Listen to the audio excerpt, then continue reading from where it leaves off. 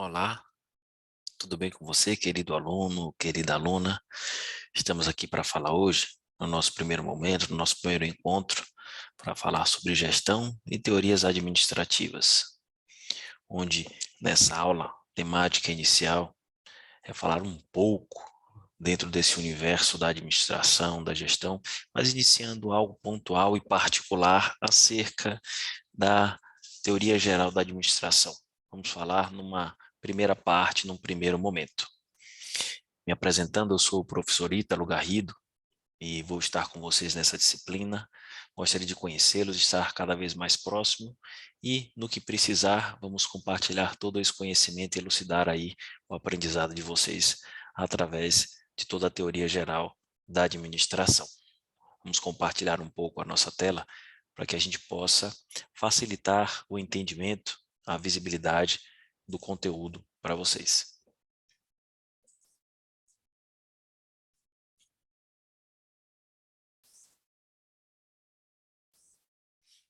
Em linhas gerais, falando um pouco sobre as teorias gerais, sobre a teoria geral da administração, nós começamos a falar e nos apropriar um pouco sobre as principais teorias da administração.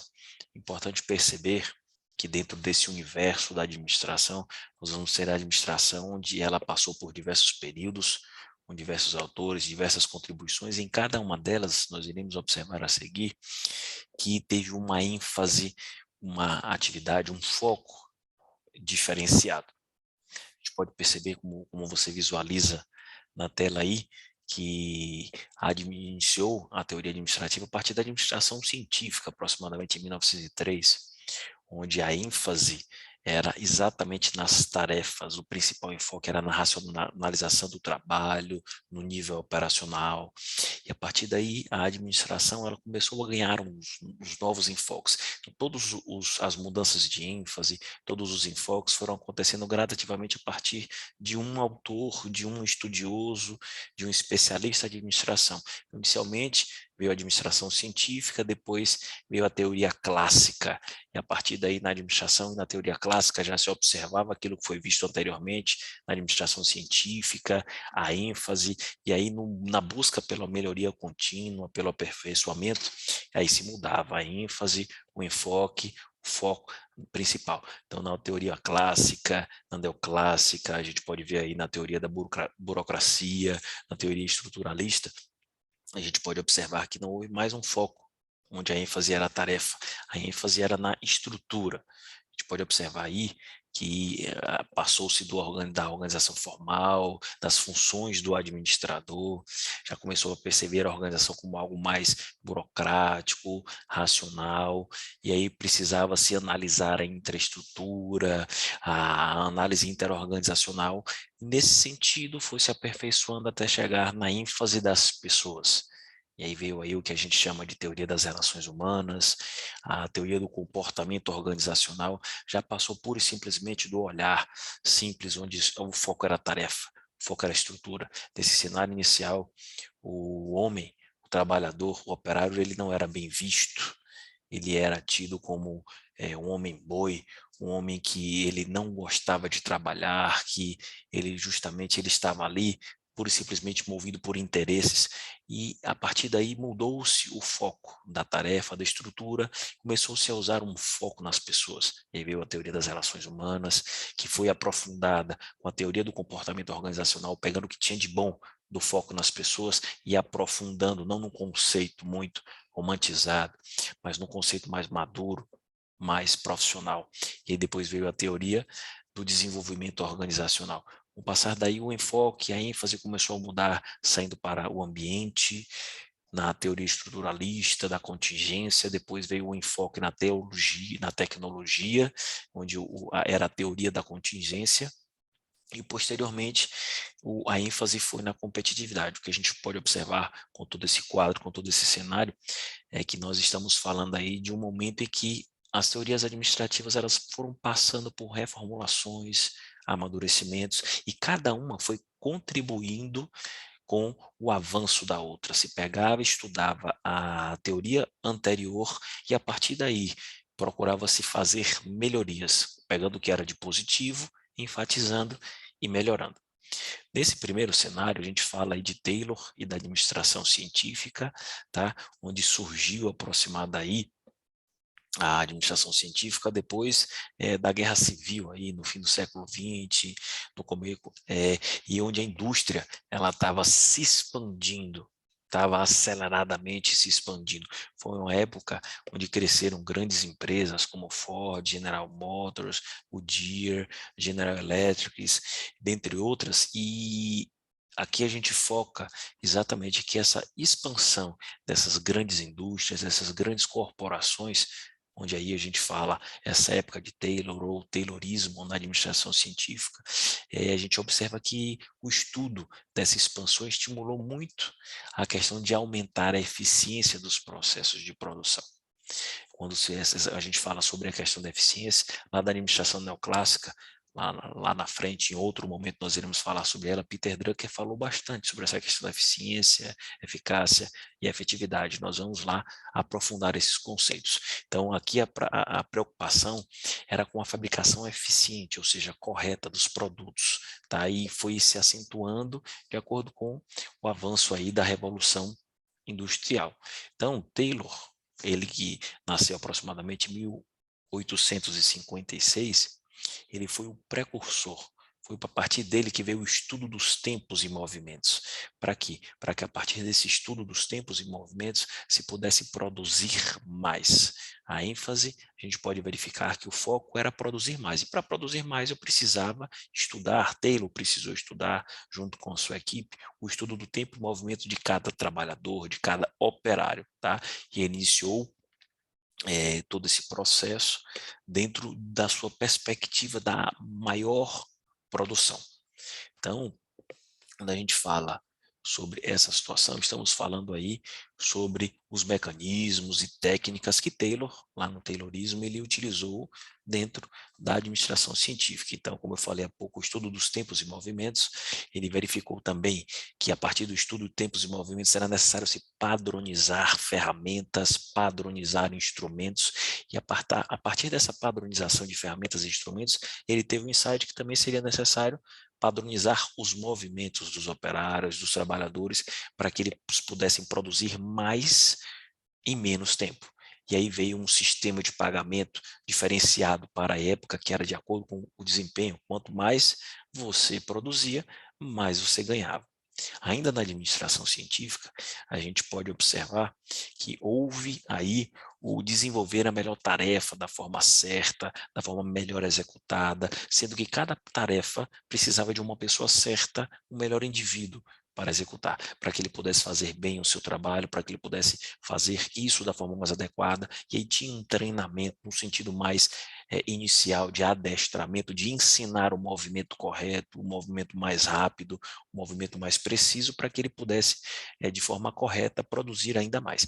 E aí houve uma divisão dos trabalhos entre os operários, em relação à questão do planejamento, da organização, do controle, toda a chefia, e a palavra neste sentido não existia ainda a liderança nesse aspecto, se existia a questão da chefia, que dividia o trabalho, que dividia os empregados, que cada um, de acordo com a sua melhor aptidão, com a sua melhor expertise, pudesse produzir mais de forma planejada, de forma organizada. A partir daí eles teriam uma forma melhor de controlar.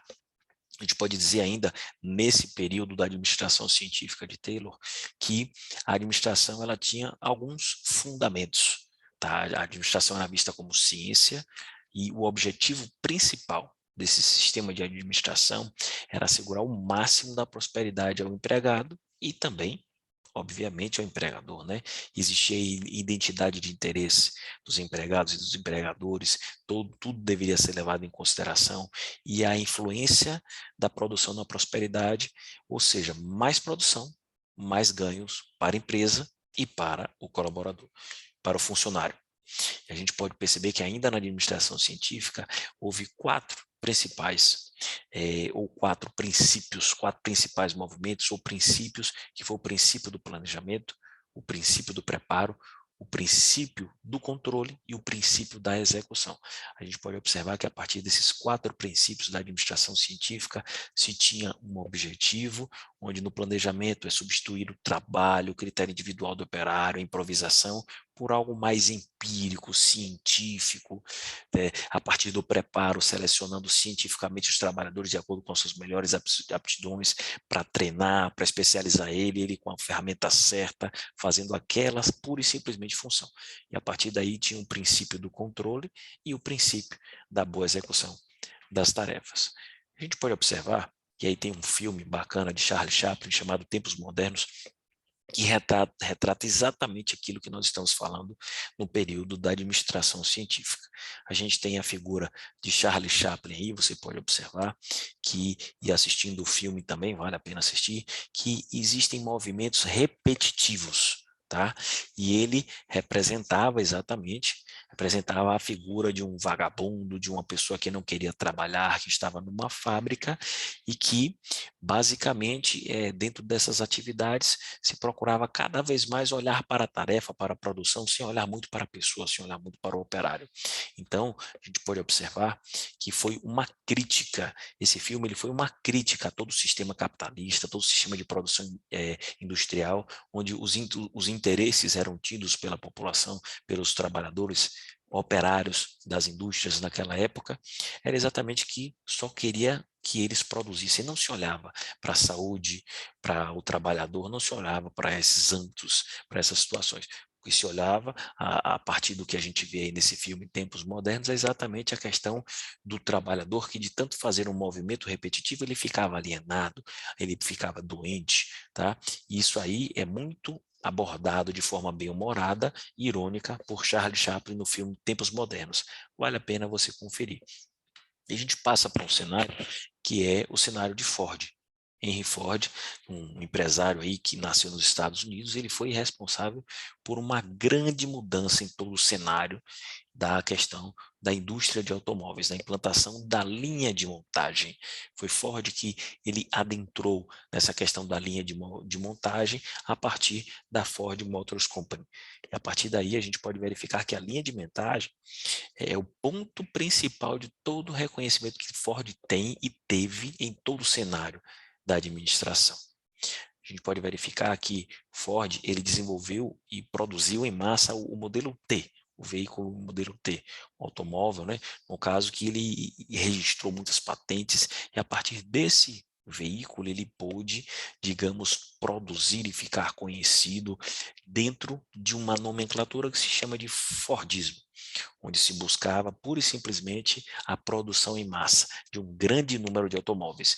E o objetivo era que o automóvel fosse produzido em grande escala, que fosse barato e que existisse uma linha de montagem. Então, e a partir daí, Ford ele também buscava recompensar um pouco melhor os seus trabalhadores com os salários mais adequados, mais elevados. Ford ele tinha uma visão interessante de futuro, uma visão global, onde ele precisava aliar, ele queria ganhar, mas ele também queria que o seu operador, que o seu colaborador, que o seu funcionário, ele pudesse ganhar também.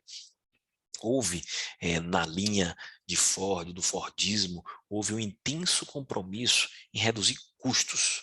Ou seja, não é pura e simplesmente produzir em massa, a linha de montagem era também exatamente reduzir custos. E a partir daí, ele reduzindo esses custos, ele criou mecanismos de franquia, propriamente se dizendo, e aí a gente pode ver que Ford ele deixou inúmeros aspectos de contribuição para o seu colaborador. E aí a gente pode verificar também que houveram aspectos que suportaram aí todo o sistema Ford de produção. Então, o sistema produtivo tinha que ser planejado, ordenado e contínuo, sempre. O trabalhador ele deveria receber por aquilo que ele trabalhava. Então, quanto mais o trabalhador, o operário, pudesse estar lá na fábrica, na montagem dos veículos de Ford, o veículo T, mas ele deveria ser bem recompensado por isso. A gente pode observar também que os fluxos de operações deveriam ser avaliados de forma contínua. Mas de forma contínua para quê? Para evitar desperdícios. O Ford ele trouxe essa máxima de não pura e simplesmente produzir por produzir, mas produzir muito no menor custo, evitando desperdícios. E não se tolerava nas linhas de montagem, nas fábricas de Ford, a questão do desperdício, tá? E tudo isso era visando incrementar mecanismos muito precisos de eficiência. Existiam alguns princípios básicos aí de Ford, tá? De acordo com o que Avenato, um grande estudioso, um grande contribuidor, escritor das teorias gerais de administração, e aí ele fala exatamente ele cita três principais princípios da produção, que é a intensificação, a economicidade e a produtividade, onde Ford ele tinha esses princípios máximos aí na sua linha de produção.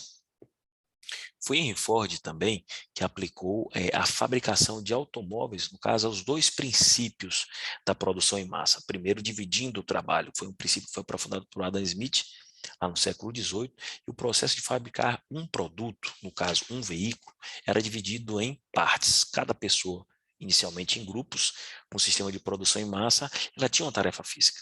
E aí tinha o objetivo de fabricar e montar uma das partes. Cada trabalhador tinha uma parte específica para montar. Existia um trabalho dividido, cada um fazia a sua parte até a concepção final da montagem do veículo. Então, a divisão do trabalho, que é esse primeiro princípio da produção em massa, tinha como resultado a especialização do trabalhador. Ele ia ser especialista na montagem daquela peça padrão.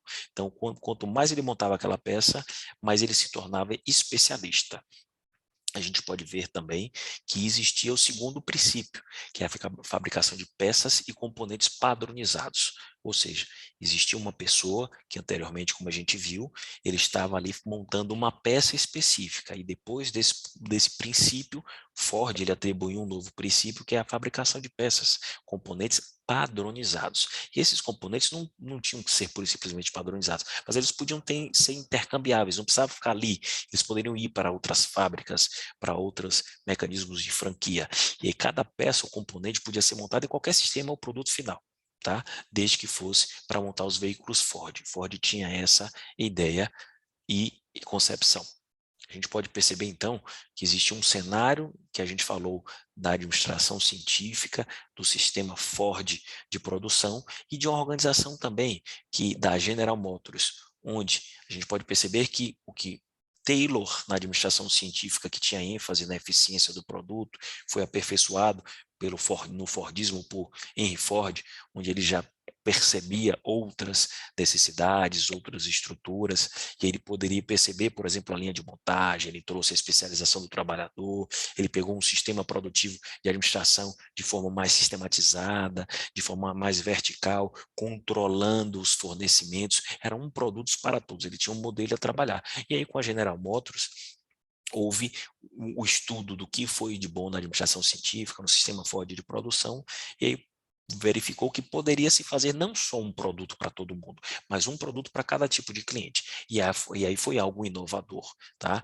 E não nesse aspecto da General Motors, aí com Sloan, houve também divisões autônomas para cada unidade de negócio, não precisava mais seguir à risca todo aquele mecanismo que foi citado por Ford anteriormente nas suas fábricas, nas suas linhas de montagem, era algo mais inovador, mais inusitado, não precisava ter todos os tipos os veículos pretos, já começava a se falar em um produto específico, mais pessoal para cada um. E a administração central definia objetivos, mas também cobrava resultados. O que a gente pode perceber aí nesse início da nossa disciplina é que todo o período administrativo ele foi evoluindo, passando da administração científica para o sistema Ford de produção e para o que a gente chama da organização da General Motors, passando pelo período de Taylor, Ford e Sloan.